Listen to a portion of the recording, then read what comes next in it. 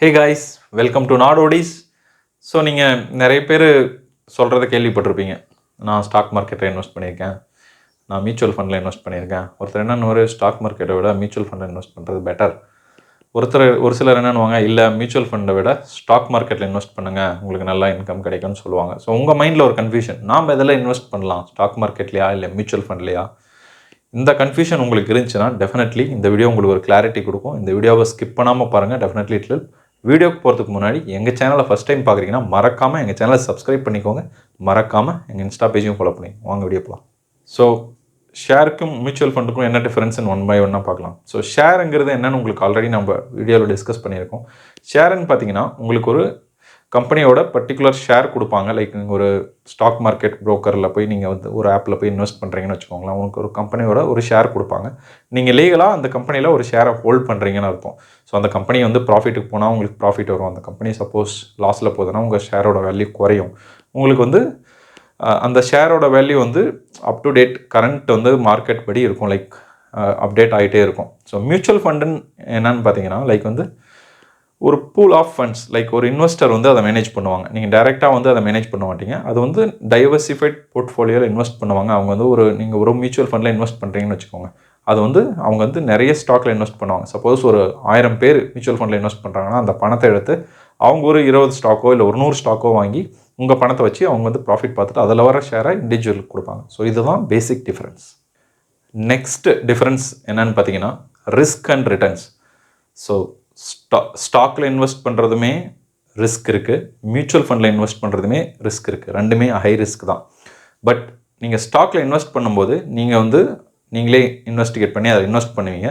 Sometimes அது returns ஹையாக இருக்கலாம். சப்போஸ் ஒரு ஸ்டாக் வாங்கினீங்கன்னா அந்த கம்பெனி நல்லா க்ரோ ஆச்சுன்னா நிறைய ப்ராஃபிட் வரலாம். அதே சமயம் ஒரு கம்பெனி ஒஸ்ட்டாக பெர்ஃபார்ம் பண்ணிச்சுன்னா அப்படியே உங்களை நெகட்டிவில் கொண்டு போயிடும். மியூச்சுவல் ஃபண்ட்ஸ் ஹை ரிஸ்க் தான், பட் அவங்க டைவர்சிஃபைட் போர்ட்ஃபோலியோவில் இன்வெஸ்ட் பண்ணுவாங்க. அப்போ என்ன ஆகுனா உங்களோட காசு வந்து நிறைய ஸ்டாக்கில் இருக்கும். சப்போஸ் ஒரு கம்பெனி நல்லா பெர்ஃபார்ம் பண்ணனாலும் மீதி கம்பெனியில் வர ப்ராஃபிட் உங்களுக்கு இதை காம்பன்சேட் பண்ணிடும்.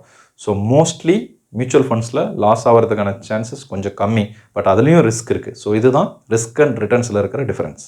ஸோ ஸ்டாக்குக்கும் மியூச்சுவல் ஃபண்டுக்கும் இருக்கிற அடுத்த டிஃப்ரென்ஸ் அதை எப்படி மேனேஜ் பண்ணுவாங்கன்றதில் பார்ப்போம். ஸோ ஸ்டாக் நீங்கள் வந்து வாங்குறீங்கன்னா ஒரு ஈக்விட்டி ஷேர் வாங்கினீங்கன்னா அதை நீங்களே இன்வெஸ்டிகேட் பண்ணி வாங்கணும்.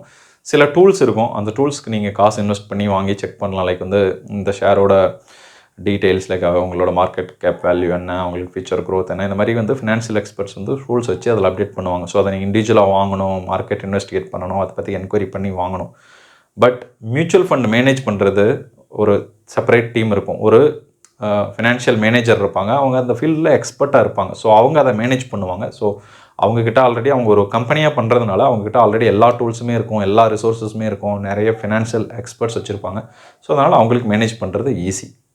நெக்ஸ்ட்டு டைவர்சிஃபிகேஷனில் என்ன டிஃப்ரென்ஸ் இருக்குதுன்னு பார்ப்போம். ஸோ டைவர்சிஃபிகேஷன் பார்த்தீங்கன்னா ஸ்டாக்கில் இன்வெஸ்ட் பண்ணும்போது நீங்கள் சப்போஸ் அதை டைவர்சிஃபை பண்ணணும்னு நினச்சிங்கன்னா நீங்கள் நிறைய அமௌண்ட் இன்வெஸ்ட் பண்ணணும். ஏன்னா ஒரு 15 to 20 ஸ்டாக் வாங்கும்போது எல்லா ஸ்டாக்லையுமே நீங்கள் ஒரு குறிப்பிட்ட அமௌண்ட் வாங்குவீங்க. அட்லீஸ்ட் ஒரு 10 ஸ்டாக்ஸ் வாங்கினீங்கன்னா கூட அது ஒரு ஹியூஜ் அமௌண்ட் ஆகிடும். பட் மியூச்சுவல் ஃபண்டில் டைவர்சிஃபை பண்ணணுன்னா நீங்கள் கவலையே பட தேவையில்லை. ஏன்னா அவங்க வந்து நீங்கள் ஒரு 100 rupees போட்டாலுமே அந்த 100 rupees வந்து அவங்க இன்வெஸ்ட் பண்ணுற எல்லா ஸ்டாக்ஸ்லையுமே பிரிஞ்சிருக்கும். சப்போஸ் நீங்கள் ஒரு ஃபண்டில் இன்வெஸ்ட் பண்ணுறீங்கன்னா அந்த ஃபண்ட் வந்து அவங்க 20 ஸ்டாக்கில் இன்வெஸ்ட் பண்ணுறாங்கன்னா அந்த 100 ரூபாவும் அந்த 20 ஸ்டாக்கில் இன்வெஸ்ட் பண்ணுவாங்க. ஸோ மியூச்சுவல் ஃபண்டில் வந்து நீங்கள் அதிகமாக இன்வெஸ்ட் பண்ணாமலேயே உங்களால் டைவர்சிஃபை பண்ண முடியும். ஸோ நெக்ஸ்ட் டிஃப்ரென்ஸ் என்னென்னு பார்த்தீங்கன்னா நம்ம இன்வெஸ்டிங் ஸ்டைல். அதாவது நம்ம வந்து சப்போஸ் ஸ்டாக்கில் இன்வெஸ்ட் பண்ணுறோன்னா நம்ம ஒரு பர்டிகுலர் ஸ்டாக்ஸில் இன்வெஸ்ட் பண்ணிட்டு அதை எப்போ எடுக்கணுமோ கரெக்டாக பார்த்துட்ருக்கணும். சப்போஸ் ஒரு ஸ்டாக் நாளைக்கு நல்லா பர்ஃபார்ம் பண்ண மாட்டாங்க அப்படின்னு முன்னாடியே தெரிய வரும். ஏன்னா நீங்கள் ப்ராப்பராக இன்வெஸ்டிகேட் பண்ணால் தெரிய வரும். அப்போ நீங்கள் அதை வித்ட்ரா பண்ணணும், இல்லை திரும்பவும் நீங்கள் இன்வெஸ்ட் பண்ணணும், இந்த மாதிரியெல்லாம் நீங்கள் யோசிச்சுட்டே இருக்கணும். மியூச்சுவல் ஃபண்ட்ஸ் அதுக்குன்னே ஒரு எக்ஸ்பர்ட் இருக்காங்க. அவங்க வந்து அதை பற்றி அவங்களுக்கு ப்ராப்பர் இன்ஃபர்மேஷன் வந்த உடனே என்ன பண்ணுவாங்கன்னா, சப்போஸ் உங்கள் மியூச்சுவல் ஃபண்டில் வேறு ஒரு ஸ்டாக்கை ரீப்ளேஸ் பண்ணுவாங்க. சப்போஸ் அதில் ஒரு 20 ஸ்டாக் இருக்குதுன்னு வச்சுக்கோங்களேன். அது ஒரு ஸ்டாக் நாளைக்கு நல்லா பர்ஃபார்ம் பண்ண போகிறதில்ல, சப்போஸ் இன் ஃபியூச்சரில் நல்லா பர்ஃபார்ம் பண்ணாதனா அவங்களே அதை டேக் கேர் பண்ணிப்பாங்க. ஸோ இன்வெஸ்டிகேஷன் எல்லாமே அவங்களே பார்த்துப்பாங்க. பட் இண்டிவிஜுவல் ஸ்டாக் ஹோல்டராக இருந்தால் டெய்லி நீங்கள் அதை மானிட்டர் பண்ணணும். டெய்லி அதோட பிஸ்னஸ் ரிசல்ட்ஸ் என்ன வருது, நியூஸ் என்ன வருதுன்னு பார்த்துக்கிட்டே இருக்கணும். இப்படி இருந்தால் மட்டும்தான் உங்களால் ஸ்டாக்கில் இன்வெஸ்ட் பண்ணி அதில் சக்ஸஸ் ஆக முடியும். ஸோ பேசிக்காக நிறைய டைம் ஸ்பெண்ட் பண்ண முடியாது என்னால், நான் வந்து ஒர்க் பண்ணிகிட்ருக்கேன் அப்படின்னா உங்களுக்கு மியூச்சுவல் ஃபண்ட் தான் பெஸ்ட்டு. நீங்கள் ஸ்டாக்கில் இன்வெஸ்ட் பண்ணணும்னா there should be enough time to spend. இல்லைனா நீங்கள் கண்டிப்பாக அதில் நிறையா நெகட்டிவில் போகிறதுக்கான சான்சஸ் அதிகமாக இருக்குது. So next difference investing plus trading time என்னென்னு பார்ப்போம். ஸோ ஸ்டாக்கில் நீங்கள் இன்வெஸ்ட் பண்ணணுன்னா மார்னிங் 9:15 ஈவினிங் 3:30 வரைக்கும் நீங்கள் இன்வெஸ்ட் பண்ணலாம். ஸோ அது வந்து அப்போ மார்க்கெட் வேல்யூ என்ன இருக்கோ அதுக்கேற்ற மாதிரி, சப்போஸ் நீங்கள் ஒரு 100 ருபீஸ்க்கு ஒரு ஸ்டாக் வாங்குறீங்க 11 மணிக்குன்னா அது வந்து வேரி ஆகிட்டே இருக்கும். Like time to time vary ஆகிட்டே இருக்கும். எதிர் ப்ராஃபிட்டில் போகலாம், நெகட்டிவில் போகலாம். பட் மியூச்சுவல் ஃபண்டில் அந்த டைம் ரெஸ்ட்ரிக்ஷன் கிடையாது. நீங்கள் சப்போஸ் 3 PM முன்னாடி வாங்கினீங்கன்னா அந்த டேவோட என்ஏவி வேல்யூ, அதாவது நெட் அசெட் வேல்யூ அப்படின்னு சொல்லுவாங்க. ஸோ அது என்னவோ அது உங்களுக்கு கிடைக்கும். சப்போஸ் 3 PM அப்புறம் வாங்கினீங்கன்னா நெக்ஸ்ட் டேவோட என்ஏவி வேல்யூ என்னவோ அது கிடைக்கும். ஸோ ஸ்டாக்குக்கும் மியூச்சுவல் ஃபண்டுக்கும் டேக்ஸ் பெனிஃபிட்ஸில் நம்மளுக்கு என்ன டிஃப்ரென்ஸ் இருக்குதுன்னு பார்ப்போம். சப்போஸ் நீங்கள் ஸ்டாக்கில் இன்வெஸ்ட் பண்ணிங்கன்னா உங்களுக்கு எந்த டேக்ஸ் பெனிஃபிட்டும் கிடையாது.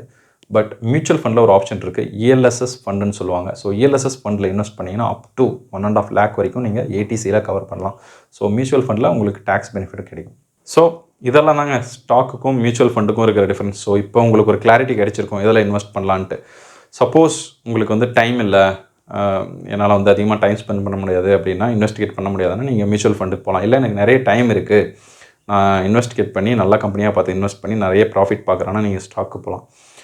ஸோ நான் என்ன சஜஸ்ட் பண்ணுவேன்னா, நீங்கள் ஃபஸ்ட் டைம் இன்வெஸ்டராக இருந்தீங்கன்னா, ரிஸ்க் அதிகமாக எடுக்க விரும்பலைன்னா மியூச்சுவல் ஃபண்டுக்கு போங்க. அது கம்பேரிட்டிவ்லி சேஃப் தேன் ஸ்டாக். அதுவும் ஹை ரிஸ்க் தான், பட் இருந்தாலும் அது பெட்டர் தேன் ஸ்டாக். ஸோ வேறு ஏதாவது உங்களுக்கு இதை பற்றி இன்ஃபர்மேஷன் தெரிஞ்சுன்னா கமெண்ட் செக்ஷனில் கமெண்ட் பண்ணுங்கள். எல்லோரும் பார்த்து தெரிஞ்சுக்கிட்டோம். இந்த வீடியோ பிடிச்சிருந்துச்சுன்னா மறக்காமல் லைக் பண்ணிக்கோங்க, சப்ஸ்கிரைப் பண்ணிக்கோங்க, மறக்காமல் அந்த பெல் ஐக்கான் அழுத்திக்கோங்க. Bye from நாடோடிஸ்.